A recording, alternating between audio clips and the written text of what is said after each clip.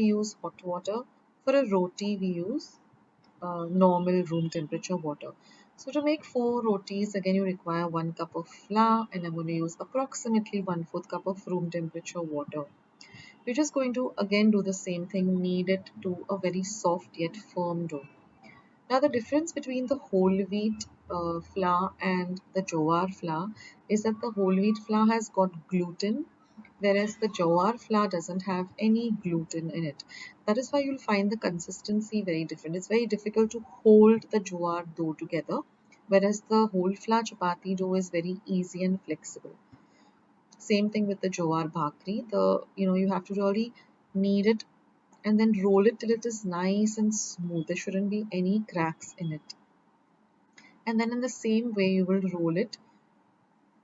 Only thing, it requires a little more flour when you're rolling it compared to the chapati or the whole wheat flour.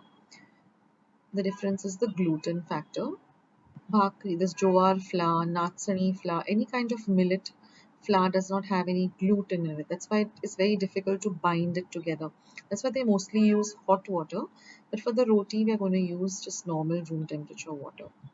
So just, smoothen out the edges. And in the same way like the bhakri, you're just going to heat it up on one side and then on dry roast it on direct heat. Sometime it fluffs up like the chapati or the puri you saw, and sometime it doesn't. And then of course take it out and again apply some lovely ghee. And even this is so smooth and it has a lovely layer. I'll show you. When I break it up, you can see that there is a lovely thin layer. And each of these taste very different. The jowar bhakri tastes different. The whole wheat chapati tastes different. The jowar roti tastes different. So try out these recipes, guys. They're very healthy. And let me know in the comment section how you like them.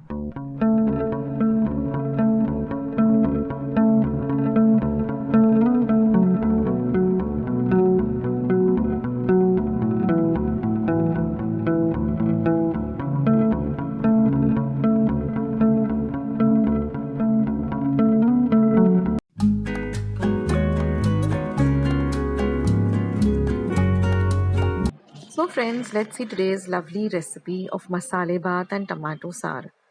Now here I have 50 grams of tendli or tonli. I've washed it really well and I'm going to cut off the edges. Once all the edges are cut off, we're going to slice it really thin in this manner, like this. This is a closer look.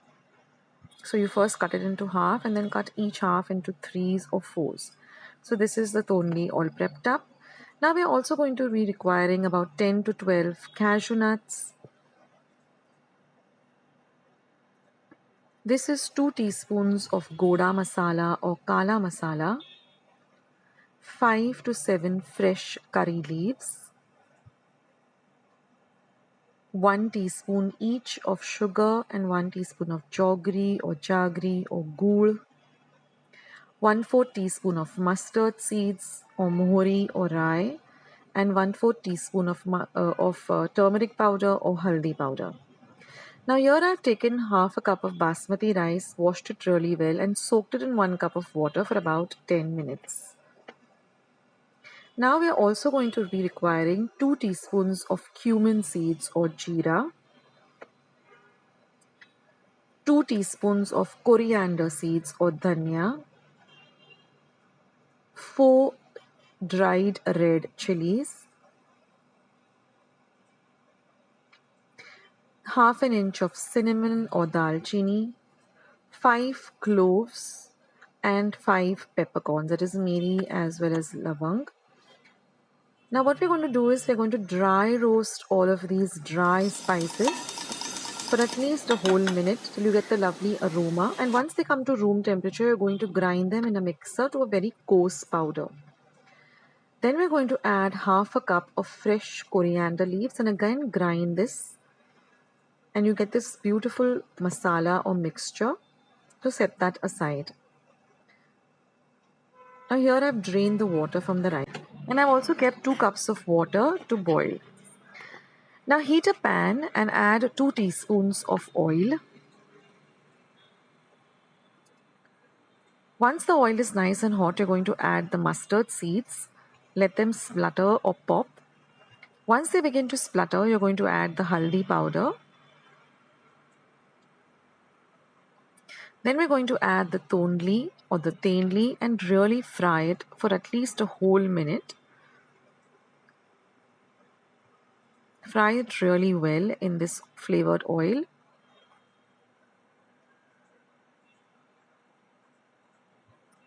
Next, we're going to be adding the curry leaves and we're going to fry the curry leaves also in this oil. Next, we're going to add the cashew nuts and fry the cashew nuts in the oil as well. Now I've drained all the water from the rice like I showed you. So now I'm going to add this basmati rice. It's best to use basmati rice for masale bhat. It just, elevates it to another level and it tastes really good with basmati rice. And now fry the rice also for at least half a minute in this oil. This is also very important. Fry it really, really well. And now the water, as you can see, is started to boil.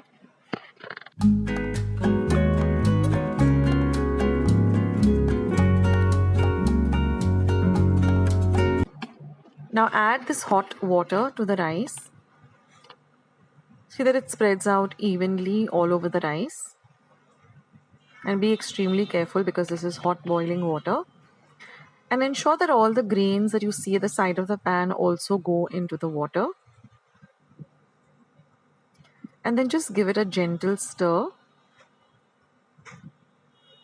Mix everything well together. And now we're going to add this ground powder or ground paste that we made with all the roasted spices and the coriander leaves. This is what gives the masale bhat its true, flavor as well as the aroma. So get all that goodness in. Mix everything well. Once you add this, you can already, get the lovely aroma of the masale bhat. It doesn't take much time. It'll now another 5 to 7 minutes. The masala bath is going to be ready. Now we're going to add the goda or the kara masala. I will leave a link to how I make it at home, but you can also use the ready-made masala that's available. Now we're going to add some salt to taste. So this is a quarter teaspoon that I'm using. So I've in total used around 1 teaspoon, but you can adjust it as per taste. Then we're going to add the sugar and the jaggery or the gur or the jaggery. Mix everything really well together. And now all we have to do is just cover and cook this for about 5 minutes till all the water dries up. So you can keep an eye on it and just check it. And your masala bath is all ready. So when serving this, just drizzle some lovely sasuk toop or clarified butter or ghee, and also some grated coconut, fresh coconut, as well as some finely chopped coriander leaves, and you're all set. And now for the tomato sour, I leave instructions of how I prepare the tomato puree at home, but you can also use ready-made tomato puree. This is about 100 grams of tomato puree or 4 medium tomatoes. I've just added salt and sugar to it, and I'm going to get it to a gentle boil. Once it begins to boil, I'm going to add half a cup of coconut milk. Let the mixture, mix everything well and let it come to a nice gentle boil for about 3 minutes, and then turn it off. And here I've taken 4 teaspoons of ghee, to which I'm going to add half a teaspoon of cumin seeds and 1 small green chili cut fine. So this is the tempering. We're going to add this fodni or tadka or tempering to our sour, and that's it. It's as simple as that. So I leave instructions of how I prepared the tomato puree at home. Or you can watch the video till the end, because I've mentioned it at the end of the video as to how I've prepared the tomato puree. So I hope you give these 2 recipes a try. So friends, let's see today's homemade faluda recipe. Now first I'm going to start by soaking 1 tablespoon of sabza seeds. It's easily available in any grocery store. I'm going to soak it in half a cup of water for at least 15 to 20 minutes till they double up in size and swell up. So this is the black seeds that you see in the faluda. They actually double up in size and they're really nice and crunchy to have in the faluda. Now I've taken 1 tablespoon of custard powder. I'm using the vanilla flavor. I'm going to add 1/4 cup of milk, which is at room temperature. Give it a good mix and make it nice and lump free. Now here I've just boiled 1 liter of milk, and I'm going to add this custard powder mix with the milk into it. Now basically we're not going to form a thick custard. We just want to thicken up the milk, so it shouldn't be a runny consistency but a little bit of a thicker consistency. So this will just help in thickening up the milk. So you can add any flavor. You can even add strawberry flavor. I'm using vanilla. So we're just going to mix it for just a minute or so and then turn off the heat and let the mixture cool. So we don't want to thicken it up like a custard. That's why we've added just 1 tablespoon of custard powder. We don't want to make it very thick, but we wanted to have a little, a thick runny consistency. So now let the milk come to a room temperature. And now we're going to add, now either you add about 4 to 5 tablespoons of the ruafza liquid, but I have this gulab sharbat mix which is similar to the ruafza taste. So I'm just going to add 2 full packets of this. So you can add it according to your taste. Now both of this, the ruafza as well as the sharbat powder, both have got sugar in it. So give the mixture a taste, and if you want it more on the sweeter side, then just add some sugar. But I'm not adding any sugar because I don't want it to be extra sweet. So mix everything really well together, and then you get this beautiful pink color, and even the aroma is different. You get this typical faluda, aroma. So now I'm going to drain the sabza seeds, and I'm just going to rinse it with some water and then drain all the excess water. So now you can see that they've swollen up and really doubled up in size. And when you add this to the faluda, it really adds a nice different texture and a nice crunch to it. Now if some of you don't like this, then you can skip this part also. Now I'm also going to add some cooked up shevaya or vermicelli, and this is also completely optional. You can watch the video till the end. I will just show you how to cook this vermicelli.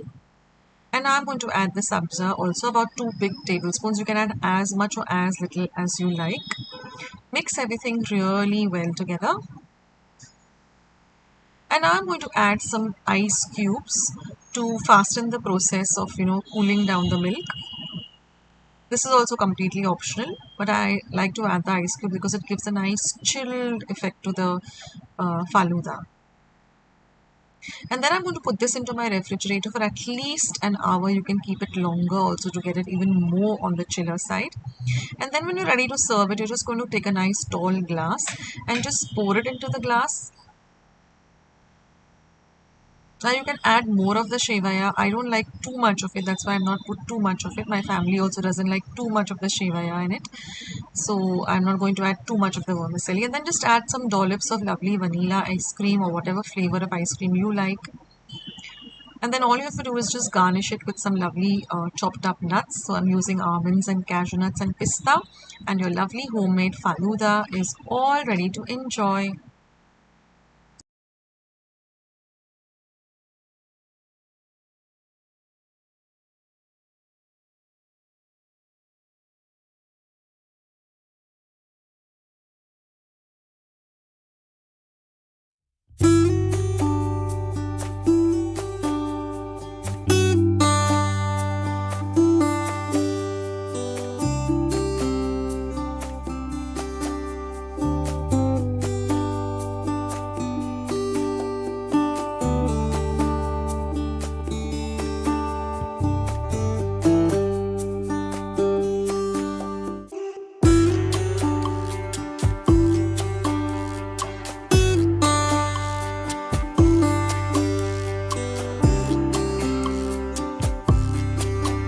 Whole wheat flour.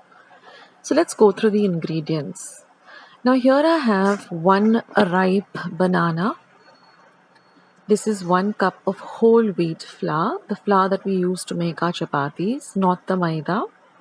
This is about 4 tablespoons of dahi or yogurt, which is homemade. I'll leave a recipe of how I make the curd at home.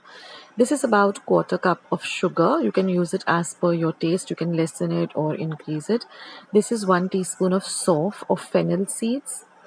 Half a teaspoon of baking soda. This will help the buns rise.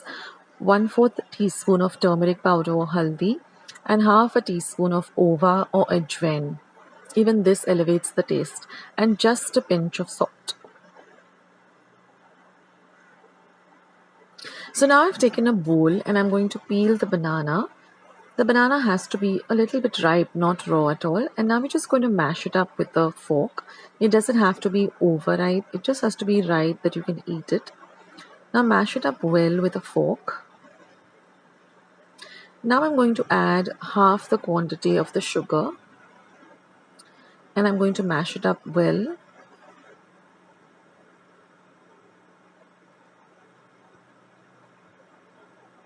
Next, I'm going to add the remaining quantity of the sugar.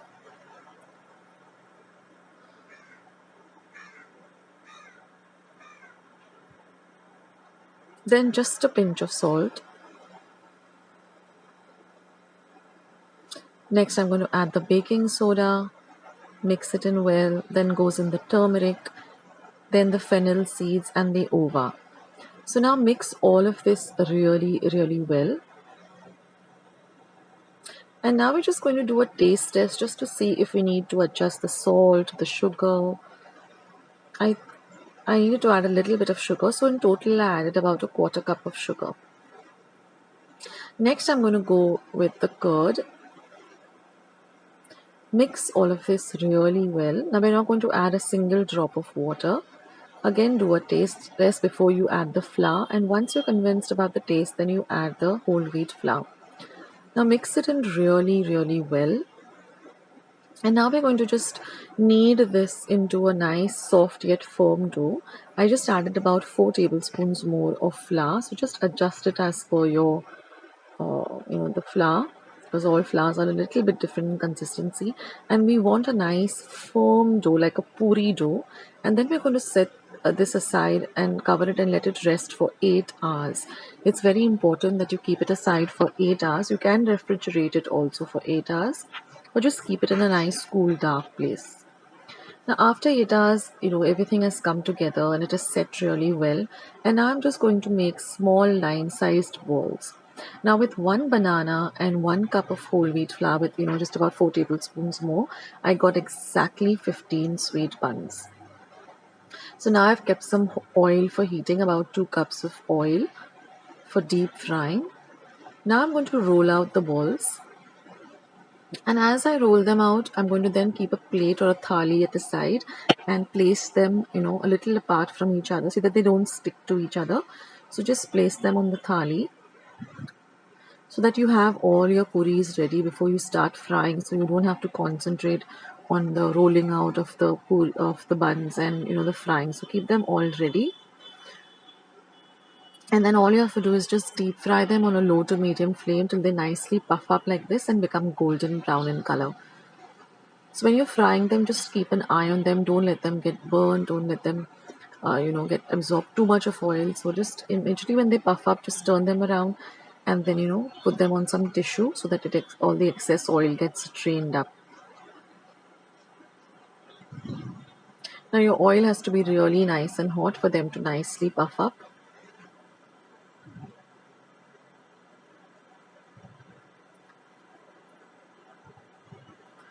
And they should be nice and golden brown like this. The turmeric also helps in giving a lovely golden brown color. And in this way, just fry all the remaining puris or the sweet buns.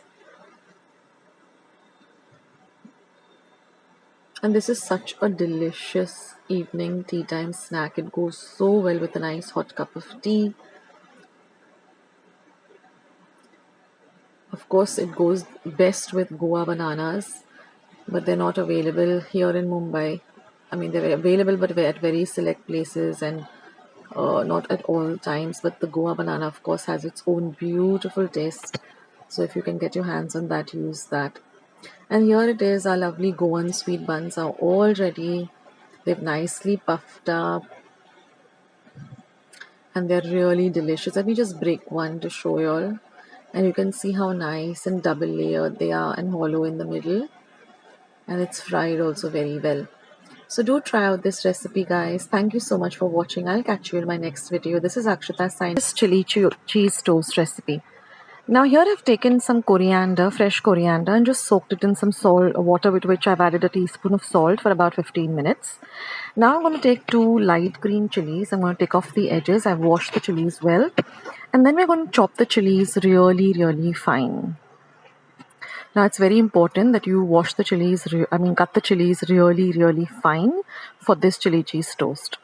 So here I'm just chopping them roughly, and then I'm going to take another knife and really chop them fine, as you will see in the video. Now with respect to the coriander or the kothambir, after soaking it in some water to which salt has been added, I just drain all the water out and then wash the kothambir really well. And I'm going to chop that also really, really fine. Now one tip I'd like to give you here, when you're buying coriander, buy the real fresh coriander which has these small little white flowers on them. That is the freshest you can get, and it's really delicious. So now here we have our coriander, we have our chopped chilies, and this I'm going to use some mixed herbs. You can use any brand. And this is just some processed cheese which I've grated. And this is a little bit of milk, about 4 tablespoons. Now you can use a mixture of processed cheese and mozzarella. You get this pizza blend of cheese. You can use that too. But right now I'm just using normal processed cheese. All I do is I just take the block of cheese and I grate it and keep it in my refrigerator whenever I require. It's always at hand. So now I'm just going to mix all the ingredients really well together. Now I'm going to add a little milk at a time, and I'm going to make it into a little kind of a paste. Now I'm also going to add a little bit of salt, a little bit of the mixed herbs, and I'm going to mix everything really well together. So what the milk does is it gives it some kind of a body and consistency and brings it to this kind of a spread kind of a consistency. So now I have my pan heating on a low to medium heat, and I've taken 2 slices of bread. And what I'm going to do is I'm just going to evenly spread out this cheese mixture that I've prepared all over the slice of bread.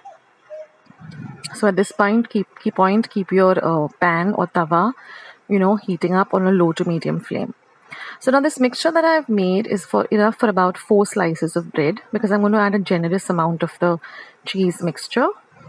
And once we cut up each slice into 2 halves, we get about 8 slices. So now my tawa or pan is nice and hot. I'm just going to add half a teaspoon of butter and just spread it around. And then I'm going to place 2 slices, of the bread on the tawa. And I'm going to keep it on a low flame for just about half a minute. And I'm going to let the bread toast a little, the base of the bread toast a little. Now you can use brown bread, you can use whole grain bread. And I'll just cover it with a lid and let it just cook for another half minute till the cheese just starts to lightly bubble. And then after that, what I'm going to do is I'm going to transfer this to a microwave safe proof, microwave proof dish or a plate. Because I'm going to microwave this for just a minute so that I get the cheese nice and melted. So in the meantime, I'm going to put a little more butter on the pan, and I'm going to, toast the other 2 slices that we've, applied the cheese and chili spread to. So you can make this filling and keep it in your fridge, and whenever you feel like, you can just make this chili cheese toast. So now in the meantime, I'm just going to microwave the other 2 slices for just a minute in my microwave so the cheese gets nice and melted and bubbly. Now these other 2 slices are heating up, and now you see the ones that have come out of the microwave. The cheese has nicely melted all evenly.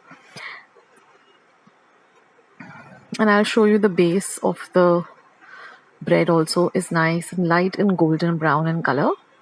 Keep an eye on it when it's on the pan. It shouldn't get burnt at the bottom. We want this nice crispy kind of a texture to this chili cheese toast. And now once all the toasts are ready and they've cooled down a little bit, just cut them up into half with a nice sharp serrated knife.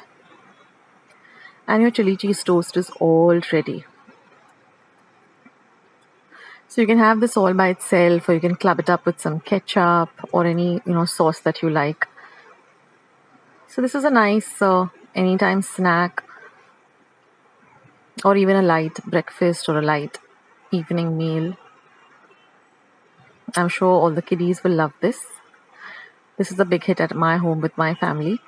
And that's it, friends. Your chili cheese toast is all ready. So do try out this recipe and let me know in the comment section how you liked it. I'll catch you in my next video. Bye.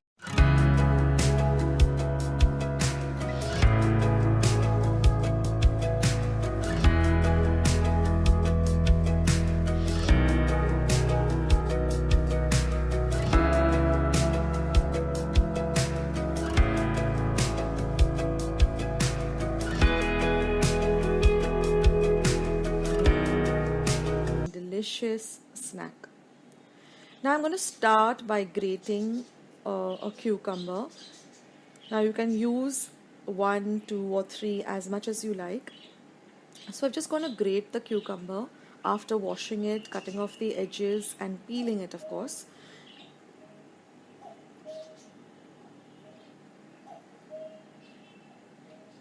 Now the next step is we are going to squeeze out all of the juice of the cucumber. So I've just used a kind of a small colander, and I am going to squeeze out all of the juice of this cucumber. That's very important for this recipe.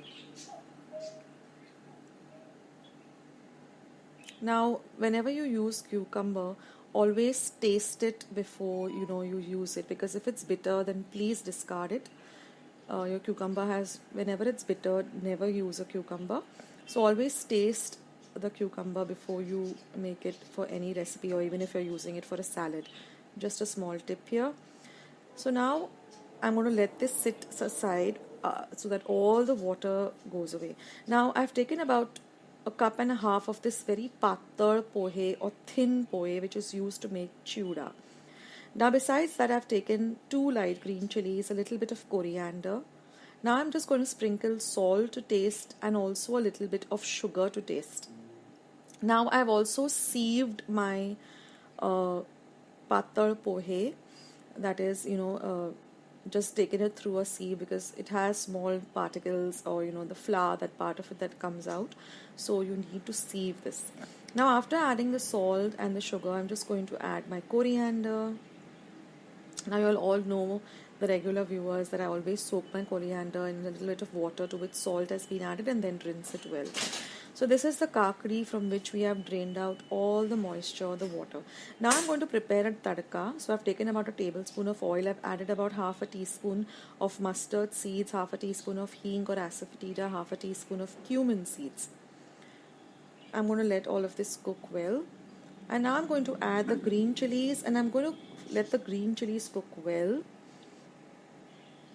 I'm adding just a little bit more of hing and a little bit of halad, or haldi powder, turmeric powder. Fry the chilies really well so that it flavors the oil very, very well.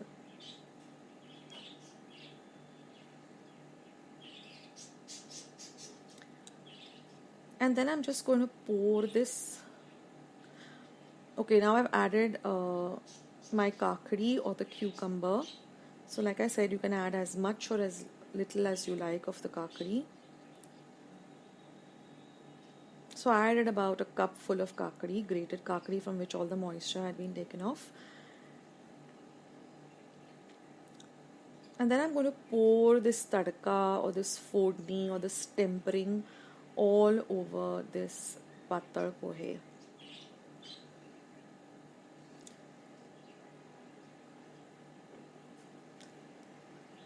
So this is a small little tip, that there's a little bit of oil or flavor left in the tempering pot. So just take a little bit of pohe and just take all the goodness out of that fodni. And then we're just going to mix all of this really, really well. Now this is like, and I know this is like an anytime snack when you're really hungry and you just want to make something quick. This is really an ideal snack. So now I'm just going to be mixing it up very, very well. So use your hands for this, so you can just use tablespoons. I just found that my hands is the best thing because it mixes up everything very, very well. And then I just squeeze a little bit of lime on top of it. For some reason I didn't capture that on my camera, but that is also optional. You can add the lime or you can just skip it. And that's it, friends. Your lovely kakri pohe is all ready.